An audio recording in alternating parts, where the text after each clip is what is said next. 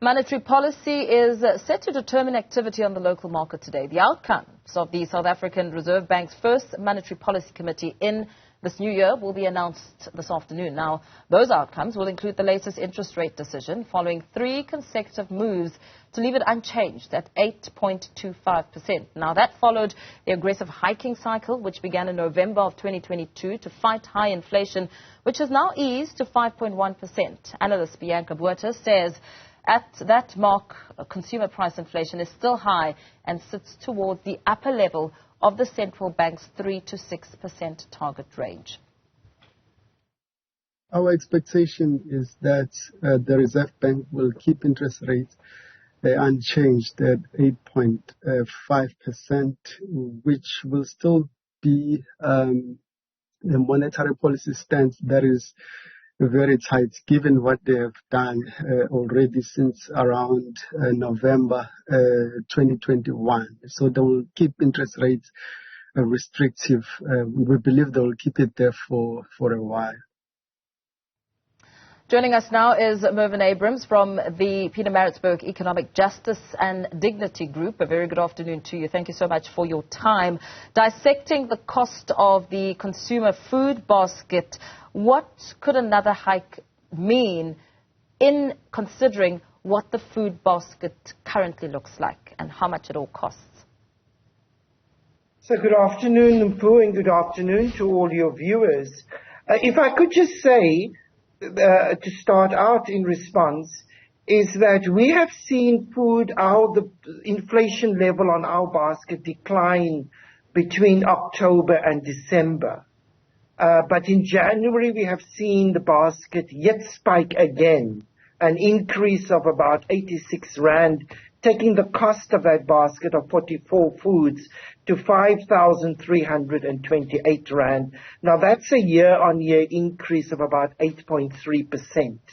Now, any increase in interest rates would likely have the impact of increasing the cost of this basket again, because, as you know, farmers also carry massive debt, so does businesses, and these debts have to be serviced.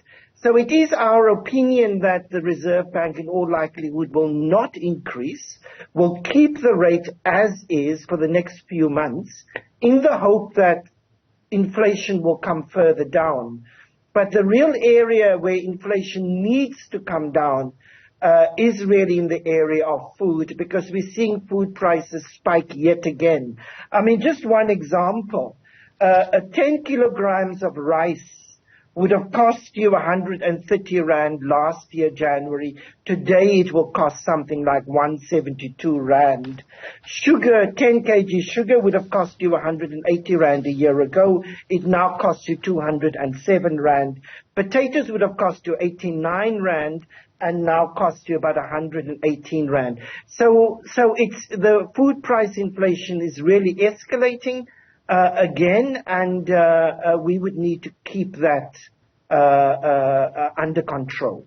So what does that mean for households with that year-on-year increase? How are we seeing this affecting households? What decisions are being forced upon them? So really, what we are seeing for the majority of South Africans, working class South Africans and those who are dependent on social grants, what we are seeing is we're seeing deepening household food insecurity. Let's remember that January is also the month when you have to spend on children going to school. So you also have to buy school uniforms, etc. These things are bought often with the money that is available to buy food. So if you're buying school shoes, that means you're buying less food, because there is no other money. So really what we are seeing is as food prices are increasing, so hunger is increasing across the country. And this really is going to be very important come the big debate around the national minimum wage. Because the national minimum wage, to increase it at the CPI level, for instance, would be extremely unfair and would only deepen inequality, because working class tend to spend their income on three areas, which is transport, which has increased by about 10%. Electricity, we're looking for towards another 15% coming around the mid-year. And food, which is 10%. Now, all these three major expenses are well above the 6% inflation rate. So such a wage increase would actually only mean that people are poorer this year than they were a year ago.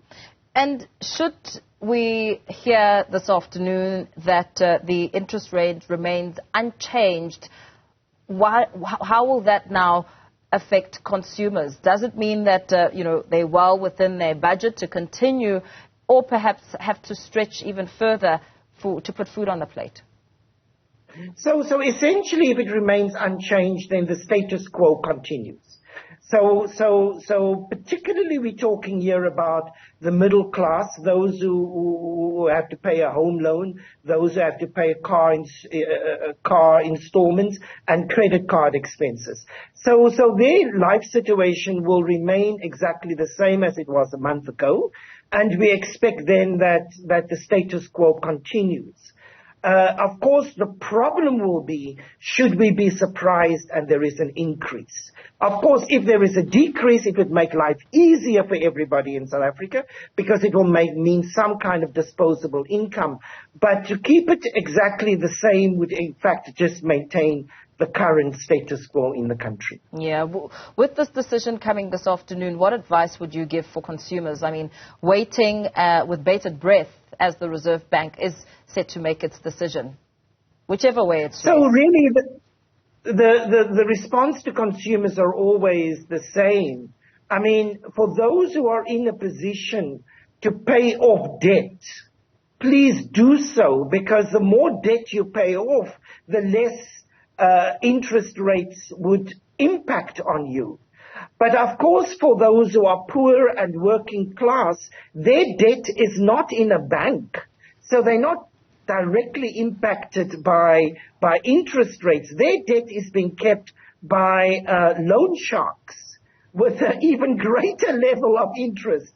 So whilst we need to keep the interest rates at the current level or bring it down, which will help some parts of South Africa, but for those who are not saving within the banking system, they need extra support in terms of a realistic above inflation increase on the national minimum wage and an above inflation increase on our social grants. Yeah, very well. Thank you so much for that sound advice, Mervin Abrams from the Pietermaritzburg Economic Justice and Dignity Group, giving some advice as consumers wait with bated breath as the Reserve Bank is expected to announce the interest rate this afternoon.